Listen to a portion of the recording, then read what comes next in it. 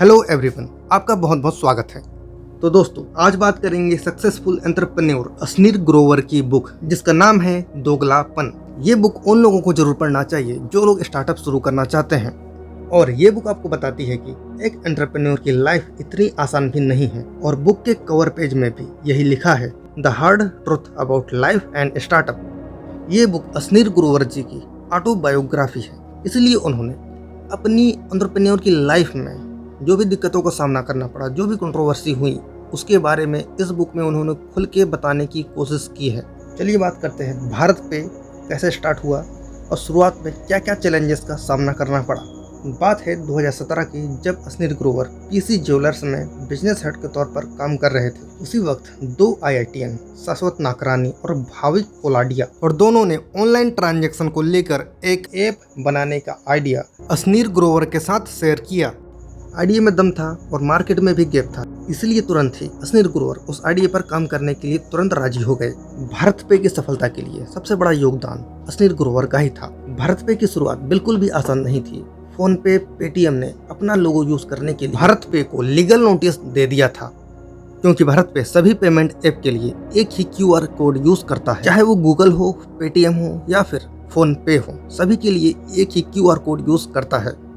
Trademark law को समझने के बाद इसे कोर्ट में चैलेंज किया गया और कोर्ट ने भारत पे के पक्ष में फैसला सुनाया। लेकिन इसके बाद भी फोन पे ने एक और जंग छेड़ दी। फोन पे के फाउंडर समीर निगम ने कॉपीराइट का मामला उठाया। फोन पे में जो शब्द पे है वो भी भारत पे यूज कर रहा था, इसलिए इसको भी चैलेंज किया गया। लेकिन इसका फैसला भी भारत पे के पक्ष में आया। चलिए बात करते हैं वो कंट्रोवर्सी जिसकी वजह से भारत पे से असनीर ग्रोवर ने इस्तीफा दे दिया।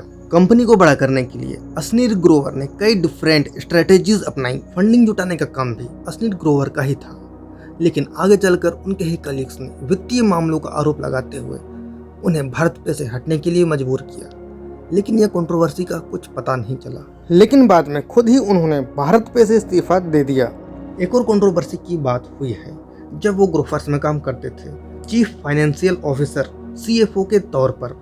यहाँ पर उनका एक फेक ऑडियो वायरल हो गया। उनके ही कलीग्स ने फिर से उन पर आरोप लगाए थे। इसी की वजह से उन्होंने अपनी इस बुक का नाम भी दोगलापन रखा है। हालांकि ये शब्द दोगलापन शार्क टैंक के बाद ही फेमस हुआ और उनका फेमस डायलॉग था, ये सब दोगलापन है। और इसी टाइप की कंट्रोवर्सी के कारण असनीर ग्रोवर ने एक बड़ी ही कंट्रोवर्शियल एडवाइस दी है लोगों को। उन्होंने खासतौर से एक एडवाइस दी है नेपोटिज्म को सपोर्ट करते हुए। जब आप अपनी कंपनी शुरू करते हैं तो आप अपनी वाइफ को को-फाउंडर के तौर पर जरूर रखिए, ताकि आपके सपोर्ट में भी कोई खड़ा हो।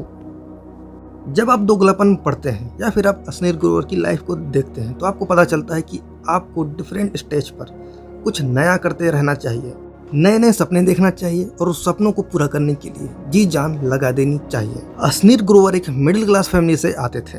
बचपन से ही पढ़ने में बहुत तेज थे, जिसकी वजह से उनकी छोटी बहन को बड़ी ही दिक्कतों का सामना करना पड़ता था। ऑल इंडिया 1700 के आसपास रैंक थी। IIT दिल्ली से सिविल इंजीनियरिंग की पढ़ाई की। 2004 में IIM अहमदाबाद से फाइनेंस में MBA किया।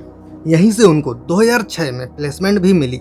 कोटक इन्वेस्टमेंट बैंकिंग में उन्हें प्लेसमेंट मिली। यहाँ पर वो वाइस प्रेसिडेंट के रूप में उन्होंने यहाँ काम किया। फिर 2 साल अमेरिकन एक्सप्रेस में डायरेक्टर के रूप में काम किया। फिर 2015 में ग्रोफर्स में CFO चीफ फाइनेंशियल ऑफिसर के पद पर थे।